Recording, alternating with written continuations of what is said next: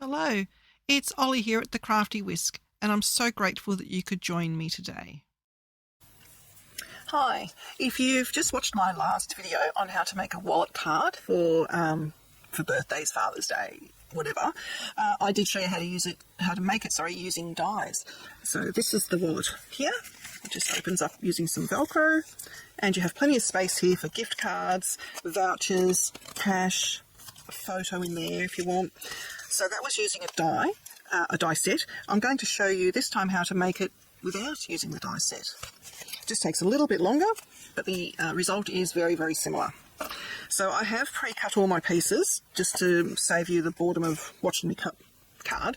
The only difference between the two wallets is that if you don't have a corner rounder, then the corners are going to be just your normal cardstock corner.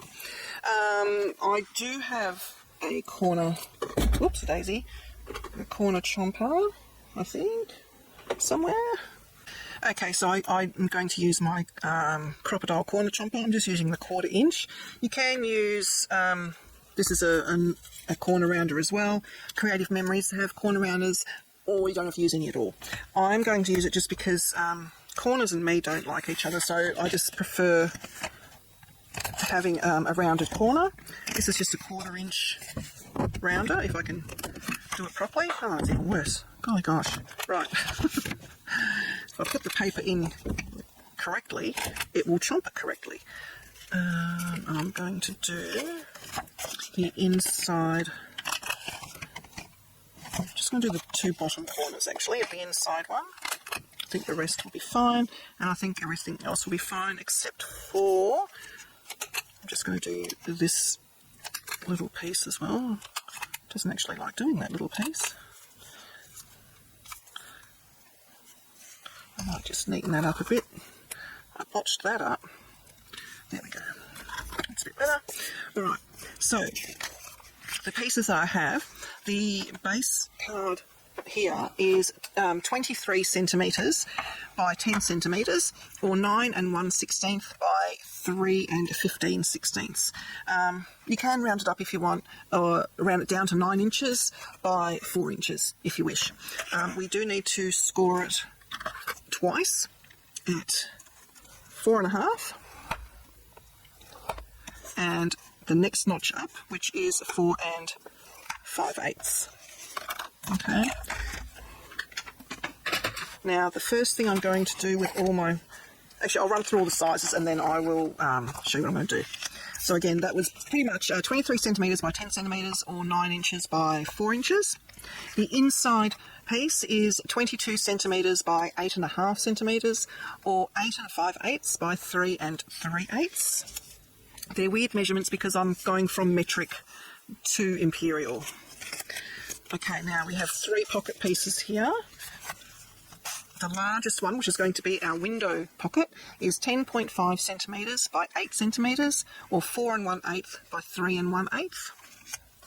Our next size pocket is our double pocket. This one is 10.5 centimetres by 7 centimetres, or 4 1/8 by 2 3/4. And this one is the top little pocket. That is 10.5 centimetres by 5.5 centimetres, or 4 1/8 by 2 1/8. And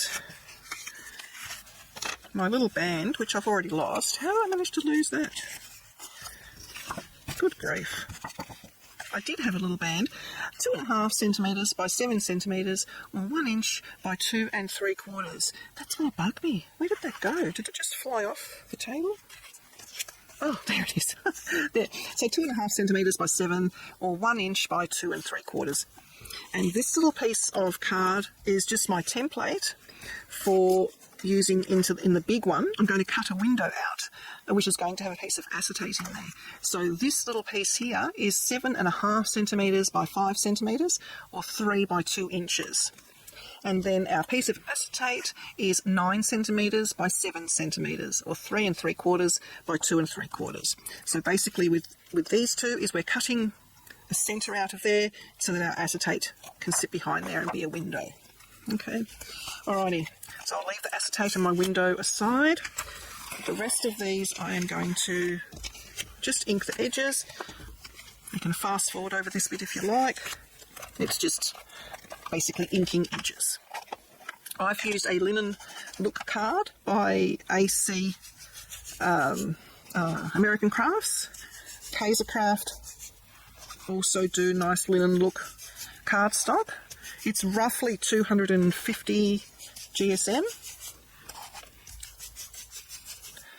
You do need something, I wouldn't go below 250 GSM at all. I'm doing both the inside and the outside because I'm wanting this to look a little bit like leather, and leather does wear, with your finger oils, it does change colour on the edges. I'm only going to do the outsides of the pockets. Sorry, the good side, not the inside. And we do need to cut some notches into two of the pockets.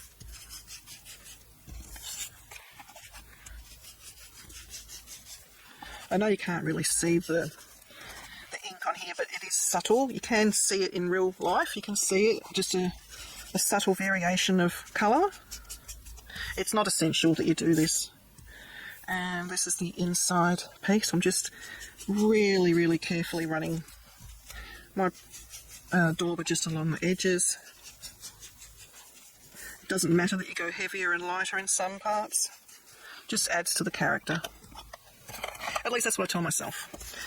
Alright, I'm just going to clean that off. This is just a Teflon kitchen or baking sheet, which is what I use when I glue and just do simple inking. Alright, so this one we need to cut. Actually, what I might do first is do my notch, because then I know where I need to cut. So I'm going to notch the smallest piece and the largest piece. I do need to flip them over and mark my centre point. You don't have to be this pedantic, but I've got the ruler here, so why not? Alright.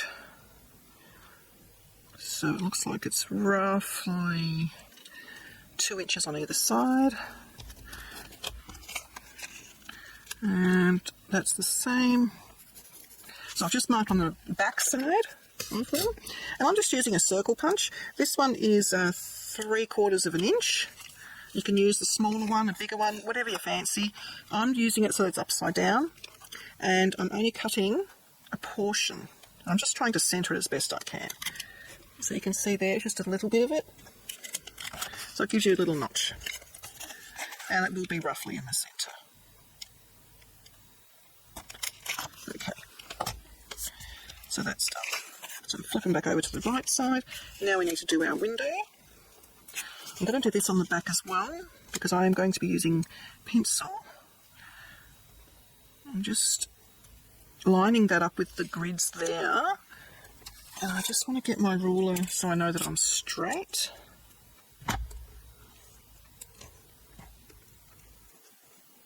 And I think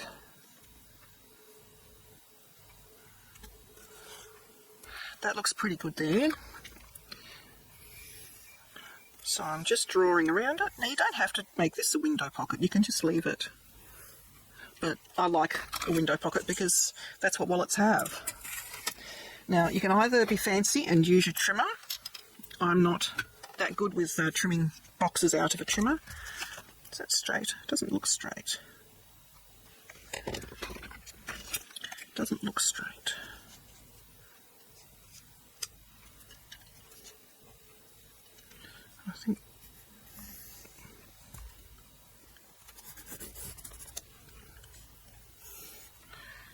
I think my eye is actually better than I did with the ruler. I must have gone a bit wonky. Alright. So, this has a metal edge to the ruler.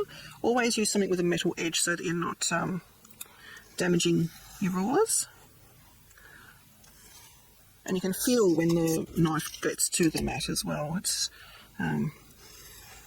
There's sort of like no resistance there. It's smooth. Alright, here I'm actually going to line it up.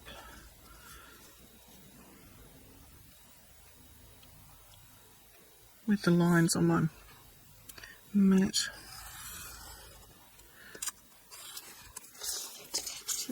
And last one. So doing it without dies is certainly possible, as you can see. The only thing that we are really missing is the stitched edge. If you have stitched rectangle dies that are roughly the same sort of sizes, yeah, by all means do that, or a piercing stitching tool, then use that. I don't have anything fancy like that, so mine are not going to be stitched. Right, I'm going to turn that over and I'm going to attach my acetate to that. I'm going to use red line tape because it sticks very well to the acetate. It's just a pain for me to get the backing off, but not so much anymore that I have got myself a new little tool. But the point of today's exercise is we're not using fancy tools, we're just using what pretty much everybody has in their craft room. And if you don't have a circle punch or a notch punch, don't have the notches. Simple as that. You don't have to have them. And if you don't have a craft knife and a metal-edged ruler, just use scissors to cut out that centerpiece, or leave it plain. Leave it whole. If you don't have red line tape, you can use glue. It's just a bit messier. Normal tape should be fine as well, just not as strong as the red line. Oh, it sticks to my fingers. Oh, good grief. Right. So this is going on the inside, like so. So that is all stuck down. Right, this piece, which is the lining piece, which goes inside, we just fold in half, right sides together. I always mess that up. I always go to do the wrong side together. This is what we normally used to. I'm not giving it a sharp burnish. I'm just, it's just gentle how I've done that. These ones, we've got the right side here. We need to fold and burnish. Again, if you don't have a bone folder, scissors. The edge of your scissors is fine. And the second score line is a little bit trickier. Make sure that it's all lined up. If I can get it to go down.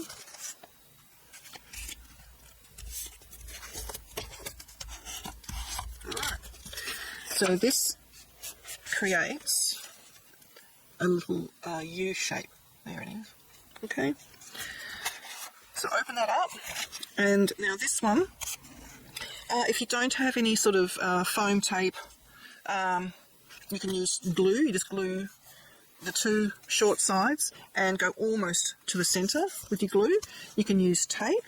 I am planning to sell these cards, so no, I should do it for you, shouldn't I? Alright. So I've just got glue here. This one's just artiste glue from scrapbook.com. Any sort of glue you have will be perfectly fine. It's just, it's sticking cardstock to cardstock. So I'm just going to do this right side first. So I'm going down one side. And I'm not doing a thick bead, I'm just doing a thin bead down the side and the bottom. But I'm not going all the way to the centre. And then I'm going to place that in the centre of these score lines. And just up a little bit from the base. And I've used way too much glue. I forget how much runnier that glue is compared to what I usually use. Which is good, in a way. Alright, so I've got one side stuck down. Then I fold over the other half, but not folding harshly, just gently. And I go down the other side. Try and use less glue this time, which is not easy for me. And then fold the wallet down over the top and try and line up these two edges if you can.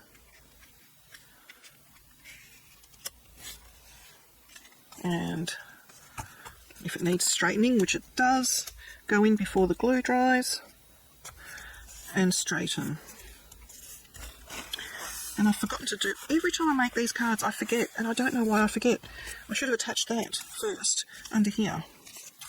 So this glue actually takes a little while to dry, thankfully. So I'm just going to go in here, pop some glue, go up to the edge. Just going to put a little bit more glue there. Do it beforehand, don't be me. And I'm putting the wrong side of that is facing me. The right side is underneath. Clean up any bits of glue you have. So that's your base of your wallet. And by doing the not scoring, not burnishing hard here, when you open the wallet, it creates a little bit of a gap. Don't know if you can see that gap there, for you to be able to put money into there. If you used 1mm high foam adhesive, it just makes it that little bit easier. But as you can see, it's not difficult at all. You can get away with just using glue. And then when you fold, oh, good grief, when you fold the wallet,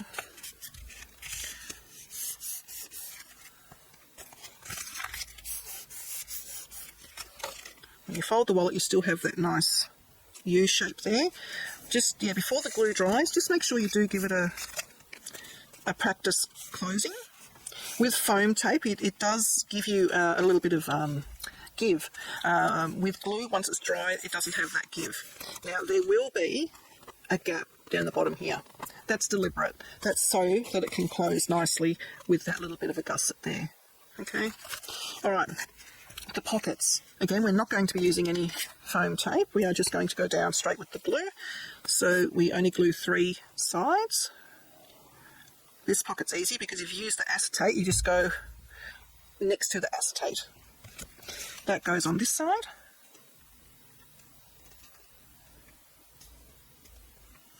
Here's where you're going to notice that you haven't rounded the corners of your pockets. I don't think it matters.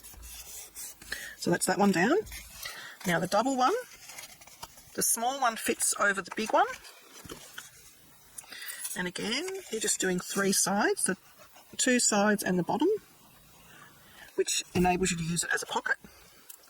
That goes directly on top of the larger one. And the larger one, again, is 2 sides and the base.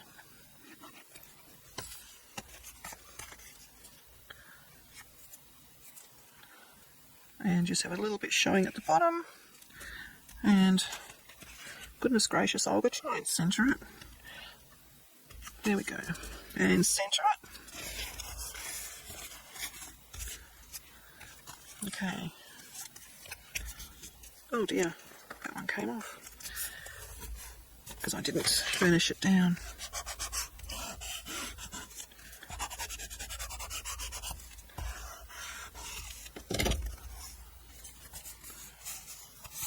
Alrighty, and then what we need to do here is just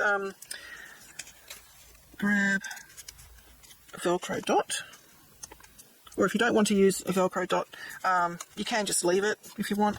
You can create a slip-in mechanism, which I'll show you how to do it, but I'm not actually going to do it on this. You just create a strip. I've just done it from the centre of that one. And you just glue the 2 sides down, and then that will just slide underneath it, and you have that kind of closure. Okay, I'm not going to do that kind of closure. I do have the Velcro dots to hand, so I will be using them. But if you don't have Velcro dots, that's the way to do it. So I've got my little soft side. I'm putting it down onto the rough side.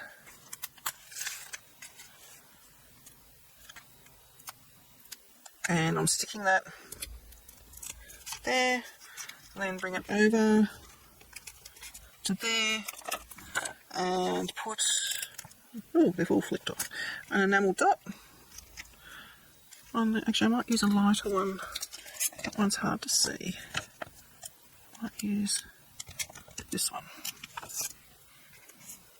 You've probably all got enamel dots lying around at home. There, so that's the wallet closure.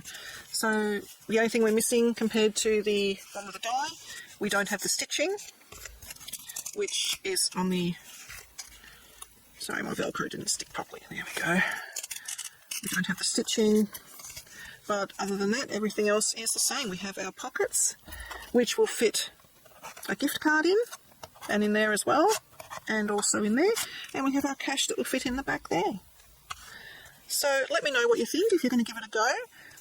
It's just as easy to do without the dies as with, but it gives you the same finish, just missing the stitching. Let me know what you think, guys, and I hope you're going to give it a try. Please like and subscribe to my channel and hit that notification bell so that you don't miss it when I bring out a new video.